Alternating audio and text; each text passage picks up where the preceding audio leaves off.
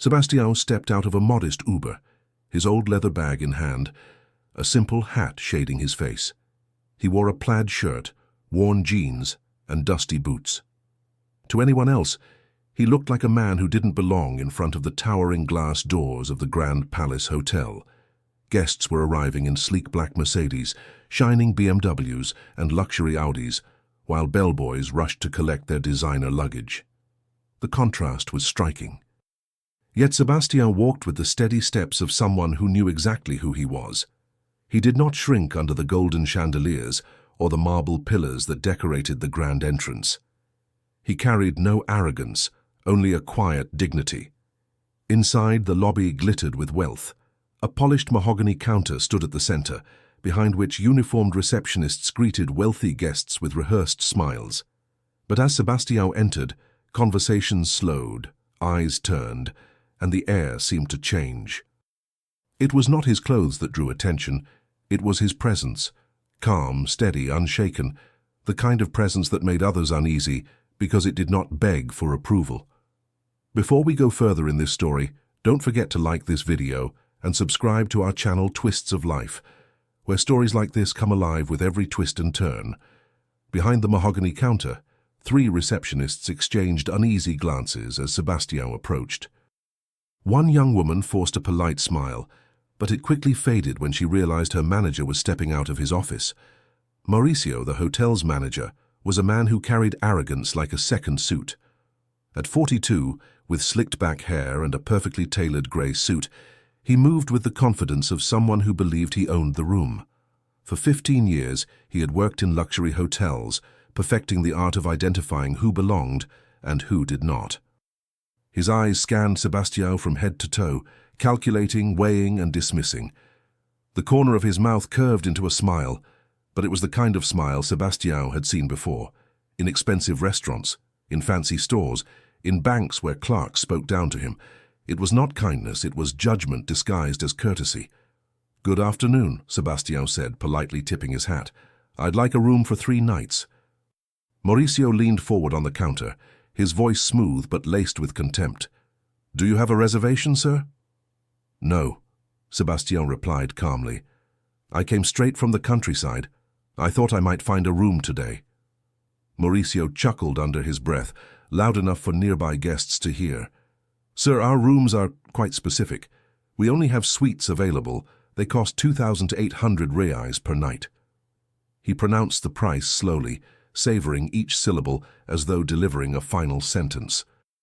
Conversations in the lobby began to die down. A woman in a pearl necklace whispered something to her husband. A businessman in a navy suit lowered his phone to watch. The tension spread like wildfire through the gilded air. Mauricio's voice grew louder, designed for an audience. "Of course we require guarantees. Credit card, proof of income. Our guests are people of a certain standard." The words sliced through the silence. They weren't simply requirements. They were a public humiliation, staged by a man who thought he held all the power. But as Mauricio smiled, basking in his own cruelty, Sebastião simply stood there, calm, steady, unshaken. The silence in the lobby was now heavy, suffocating. Guests exchanged uncomfortable looks. Some shook their heads, others pretended to check their phones but couldn't peel their eyes away from the scene. Mauricio, sensing the attention, decided to push the humiliation further. His smile grew sharper, his tone dripping with mockery. "You know what?" he said loudly enough for everyone to hear. "Let's make this simple." He leaned closer, eyes narrowing like a predator savoring the moment. "If you can pay the cheapest room we have, right here, right now, I'll give you the suite for free." Gasps rippled through the lobby. A woman covered her mouth with her hand. 2 businessmen traded uneasy glances. Even the receptionist stiffened, shocked by the audacity of their manager. Mauricio expected laughter, perhaps even applause from the wealthy guests. But instead, the atmosphere grew tense, uncomfortable. His words had crossed a line. What had been silent prejudice was now cruel humiliation. Sebastião, however, did not flinch, his calm eyes locked on Mauricio's with a quiet strength that made the manager uneasy. "What is the price of your cheapest room?" Sebastião asked, his voice steady. Mauricio let out a low, dismissive laugh. 800 reais, he said, savouring the words as though they were the nails in Sebastião's coffin. Cash only, no installments. The lobby fell into complete silence. Even the staff members had stopped pretending to work, their eyes fixed on the unfolding duel. And then Sebastião nodded. "Very well," he said. "I accept your bet." Mauricio blinked, caught off guard. He had expected excuses, stammering, maybe even retreat. Not this. Not the calm acceptance that now unsettled him. For the first time, a tiny crack appeared in the manager's mask of confidence. The crowd in the lobby leaned in, their curiosity now burning like fire. The wealthy guests, who moments earlier had been sipping champagne and scrolling through their phones, were now witnesses to something that felt like a duel. Sebastião walked slowly toward a nearby sofa, setting down his worn leather bag with deliberate care. Every move carried the serenity of a man who had nothing to prove, yet everything to reveal. "What are you doing?" Mauricio snapped, his voice suddenly higher, betraying his nerves. "I'll sit for a moment," Sebastião answered calmly, lowering himself onto the sofa. "I need to organize my documents." The sound of a zipper echoed in the grand silence of the lobby. Heads turned, eyes widened. Even the waiters carrying trays stopped in their tracks. From the old bag, Sebastião began to pull out carefully arranged items: folded shirts, an aged leather wallet, and finally, a large brown envelope. Mauricio's smirk faltered for the briefest second. A seed of doubt planted itself in his mind, but he quickly brushed it away. Impossible, he thought. No man dressed like that could possibly. But Sebastião's hands moved with precision, steady and deliberate. He opened the envelope and began stacking small bundles onto the coffee table. Whispers erupted like sparks in dry grass. "He's counting money," someone murmured. "My God," said another guest. "He actually has it." Mauricio felt heat rise in his chest. His hands, once confidently folded, now twitched against the polished counter. He straightened his tie, trying to hold on to the image of control, but his eyes betrayed the first flicker of fear. Sebastião, on the other hand, showed no trace of pride or anger. His expression was the same as when he had walked in, calm, composed, unshaken. The duel had truly begun. The old leather bag, scratched and worn from years of travel, now sat open on the sofa like a chest of secrets. It didn't hold luxury clothes or jewelry, no perfumes, no brand labels, only the essentials of a man who lived simply but with order and purpose. From within it, Sebastião pulled out an envelope thick with paper. He opened it slowly, as if this moment had no need to rush. Inside were stacks of bills, neatly arranged, crisp notes that gleamed under the golden lights of the lobby. Gasps filled the room. A woman clutched her pearls. A businessman set down his briefcase, his eyes narrowing in disbelief. Even the receptionists leaned forward, their professional masks slipping into pure astonishment. Mauricio's lips parted slightly, but no words came out. He had expected an awkward excuse, a desperate laugh, maybe an apology. But instead he was watching his humiliation unfold in reverse. Sebastião calmly counted the notes, placing them on the coffee table one pile at a time. His movements were slow, deliberate, almost ceremonial. Every bill that touched the table was a blow to Mauricio's pride. That's money?" whispered a guest. "It's more than money," another replied. "It's proof." Mauricio tried to recover his composure. He straightened his back, forced a laugh, and raised his voice. "Money alone isn't enough. You'll need documents too, ID, proof of income. We don't just accept anyone here." Sebastião lifted his eyes for the first time since he began counting, and then, for the first time since entering the hotel, he smiled. It wasn't arrogance, it wasn't pride. It was the calm, almost paternal smile of a man who knew exactly who he was and exactly how this would end. "Don't worry, young man," Sebastião said softly. "I have everything you'll need." The murmur in the lobby grew louder as Sebastião rose from the sofa, the envelope in one hand, his old wallet in the other.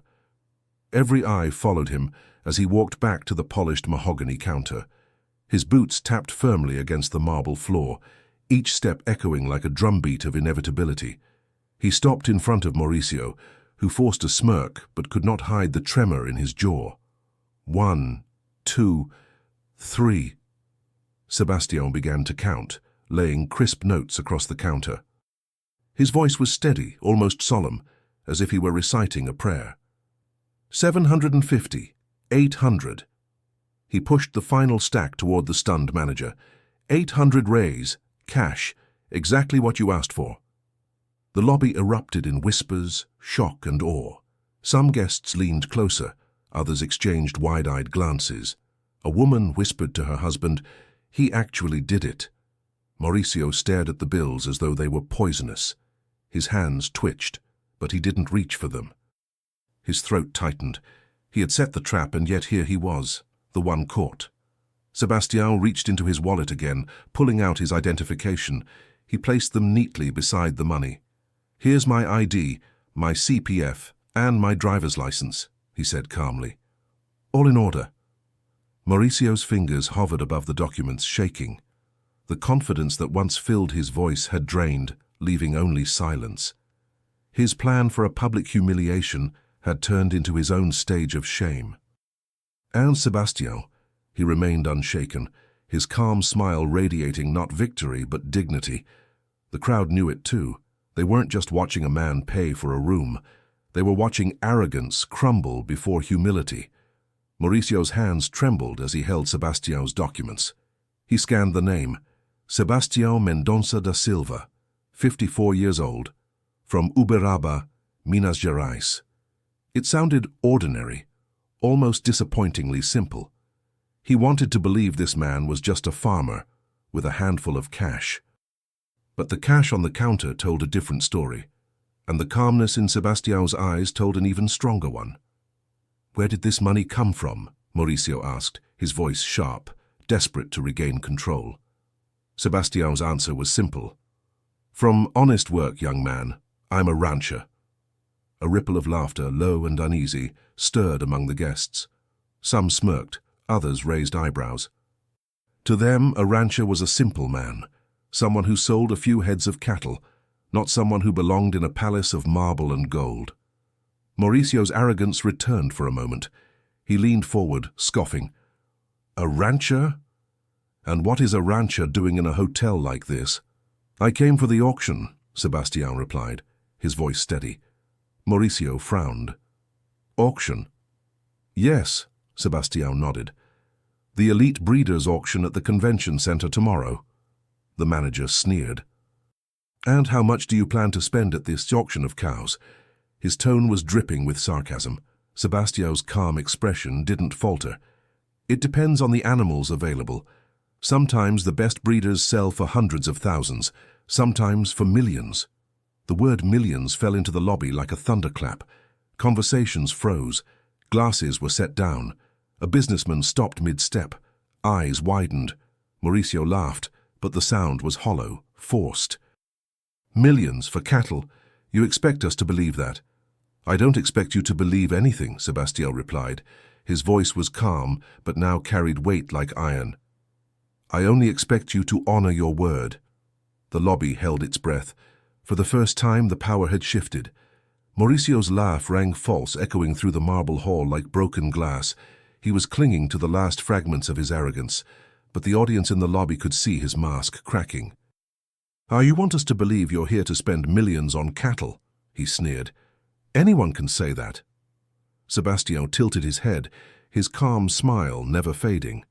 Then, with unhurried movements, he reached back into his bag and pulled out a simple, scratched smartphone.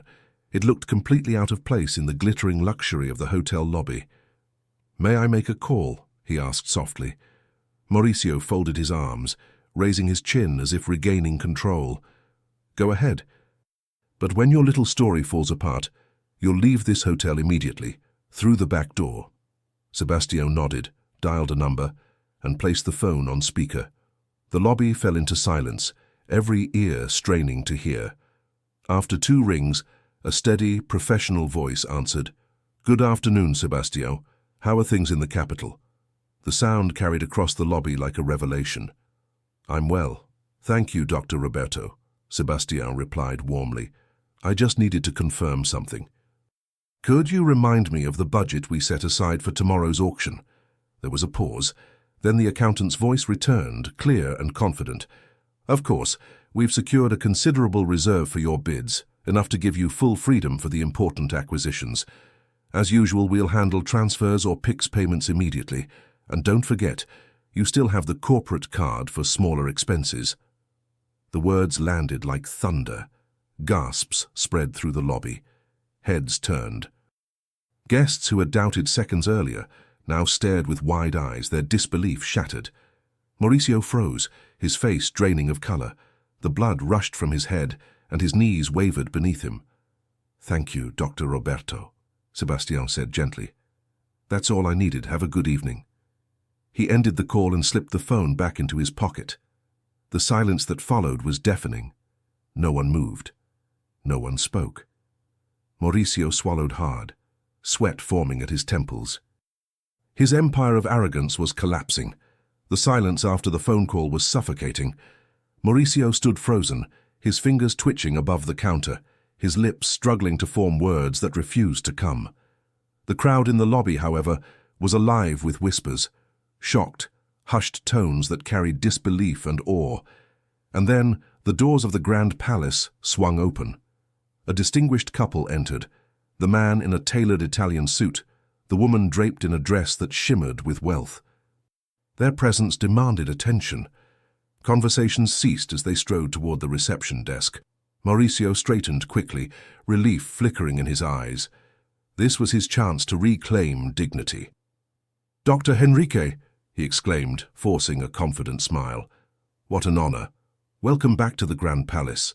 Just a small misunderstanding here, nothing serious."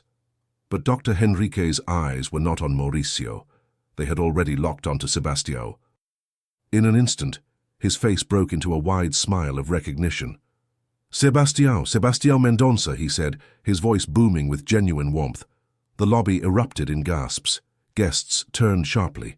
The name hung in the air like a revelation. Sebastião rose from his chair, and for the first time that day his calm composure shifted into genuine joy. "Dr. Henrique," he greeted, embracing the man like an old friend. They shook hands, clapping each other's shoulders like brothers reunited. Mauricio's smile collapsed. His stomach churned. His worst nightmare had just begun. "How are the business deals?" Dr. Henrique asked with admiration. "I heard about your last purchases in São Paulo, some of the finest breeders in the country."